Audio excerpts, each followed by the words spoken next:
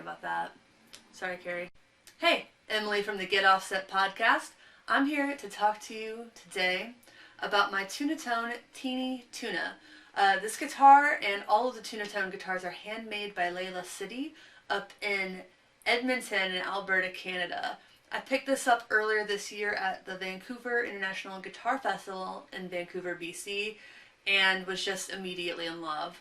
I met Layla through Instagram and wrote about her in the Fretboard Journal.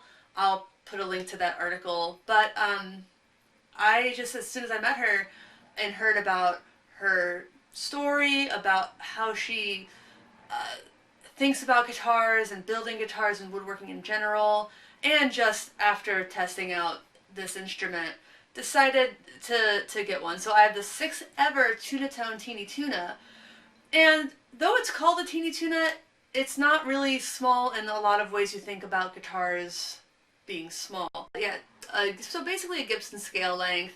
I forget the nut width, but it's pretty standard. The body is pretty small and lightweight. I think this guitar clocks in at 7 pounds, if not less. So it's a spruce body, it's a black walnut neck. The bridge, and I'll show this over here, the bridge is handmade by Layla, as is the nut and the string tree up here. So this is a very unique instrument, very handmade in ways not a lot of guitars are handmade, when you think that even the bridge is a custom piece. And I talked about this with the Guitar Nerds recently, but if you look at this tailpiece, this bridge here, I should say, it's custom cut like an acoustic bridge, so that makes it pretty unique.